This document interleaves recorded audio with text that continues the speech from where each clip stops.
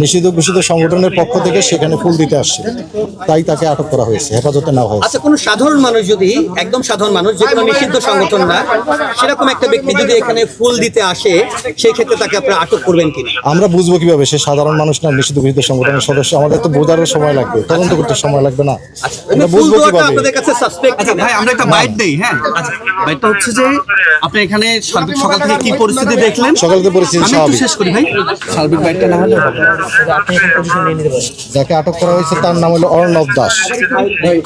অর্ণব দাস, টাঙ্গাইল বাড়ি। উনি যুবলীগের সক্রিয় সদস্য। ভাই, যাকে আটক করা হয়েছে তার নাম অর্ণব দাস, উনি যুবলীগের সক্রিয় সদস্য, ওনার গ্রামের বাড়ি টাঙ্গাইল। আমরা এটুকু পর্যন্ত এখন জানতে পারছি, আমরা বিস্তারিত ওনাকে জিজ্ঞাসাবাদ করে জেনে নেব। আটক যাকে করেছেন তিনি কি করতে এসেছিলেন এখানে? উনি যুবলীগের সক্রিয় সদস্য হিসাবে এখানে ফুল দিতে আসছেন, নিষিদ্ধ ঘোষিত সংগঠনের সক্রিয় সদস্য হিসাবে আসছেন। আপনার কোনো থ্রেড আছে কিনা? আপনাদের কোনো মেসেজ আছে কিনা, কোনো নাশকতা? আমরা তো শুনছি না, আমরা নিরাপত্তার খাতিরে এখানে নিরাপত্তা আইন শৃঙ্খলা ডিউটিতে নিয়োজিত আছি। আমাদের দেশে সবকিছুই স্বাভাবিক প্রক্রিয়া আছে, কোনো সমস্যা নেই। থ্যাংক ইউ ভাই, আসসালামু আলাইকুম। স্বাভাবিক, সব স্বাভাবিক।